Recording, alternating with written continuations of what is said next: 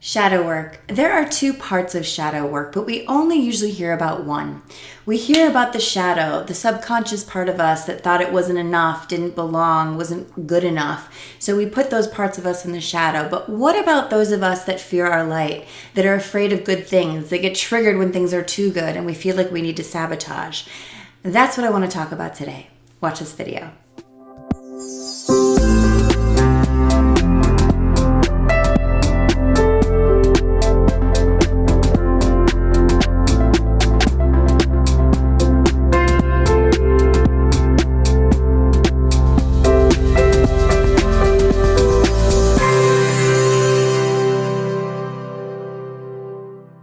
Hello guys, welcome to my channel. If you're new, please click the little subscribe button and the bell so you get notifications when I release new videos. And if you've been with me for a while, thank you so much and welcome back. Today, we are talking about shadow work. It's one of my favorite subjects. I talk about it a lot in my emotional rehab program, but I'm also designing a new course right now called Shadow Work because there are so many sides to this work, and often we just hear about one part of it. We hear about the shadow part, the part that's in the shadow that we think is bad and wrong and shouldn't be, right? The parts of ourselves that we have deemed or someone else has deemed that are not enough, and we've either agreed with it consciously or subconsciously, and now it's in our shadow bringing up patterns in our lives that we are not even aware of. So that's the part of the shadow we often hear about. The part of the shadow we don't often hear about, but a lot of my clients have issues with, self included many years ago, is the part of us that actually shines. And it shines too bright for the system. It shines too bright for the parents that are raising us. It shines too bright for the people around us who aren't in their own light. The scapegoat child has a lot of issues with this. The child that was made to be bad or wrong or everything's because of you child.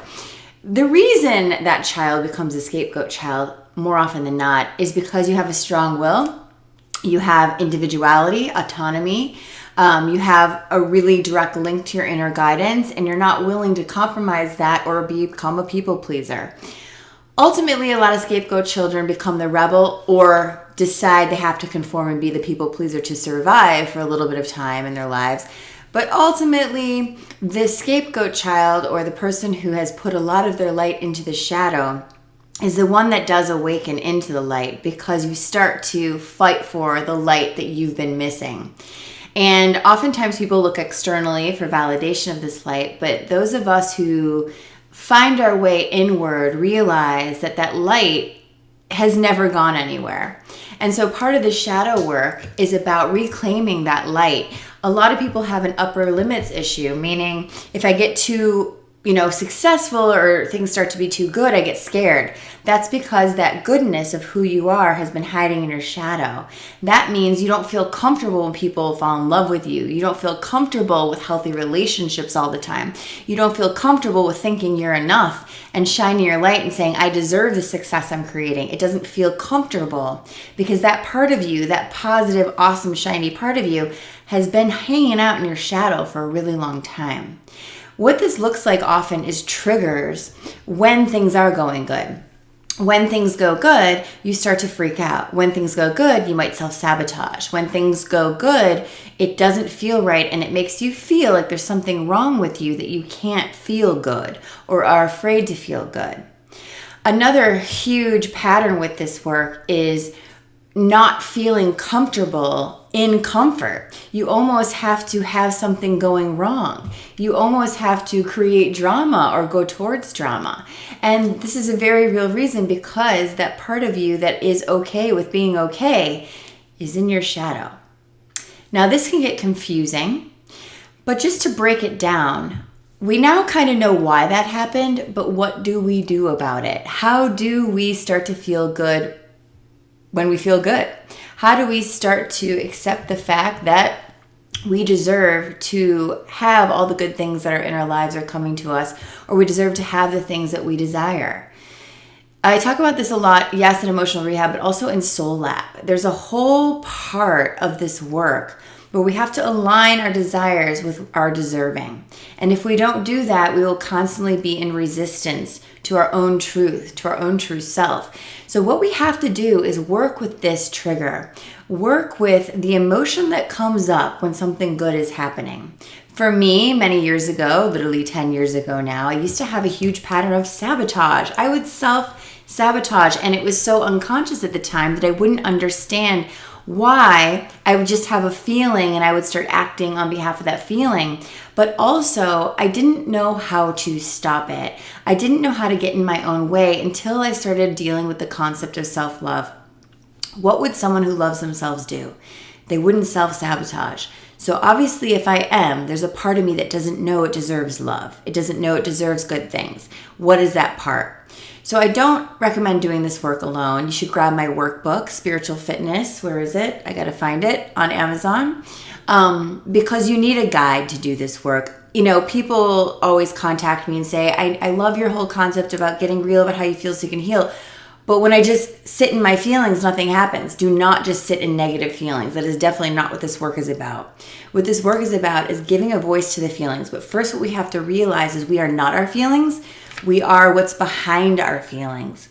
And when we can start to lift up and become that neutral observer by doing daily practices of meditation, of mirror work, of emotional validation work, all in my courses, all those links below if you need help getting familiar with those concepts. But when we start to do the daily practices of emotional validation and healing, what we start to naturally do is lift up out of ourselves and realize our identity is the awareness that's watching the emotion.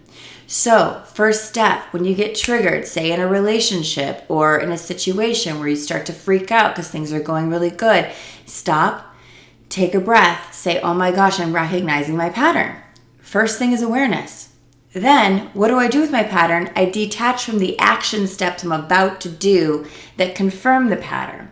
So, what are your action steps? Are you a sabotager? Are you a perfectionist where you leave your authentic self and become perfect? Do you start to idealize everything? What is it that you start doing? Write it down. Get aware of your patterning, your triggering, your actions.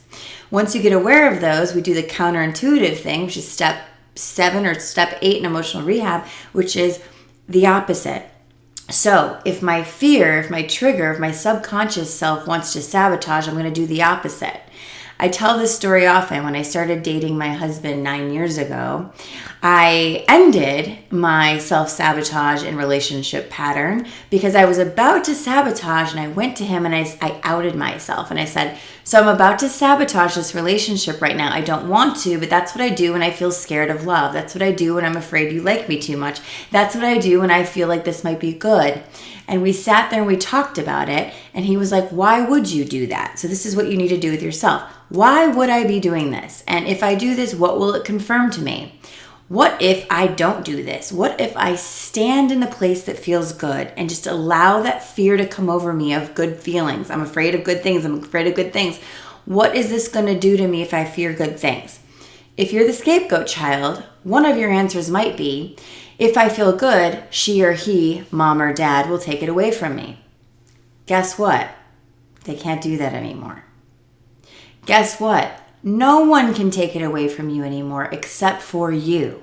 And so when we drop into this awareness, we can also start to give ourselves permission to heal, permission to sit in the place we want to be, allow the fear to arise, and do what we want to do anyway, realizing that our environment, conditions, and people don't have control over our destiny.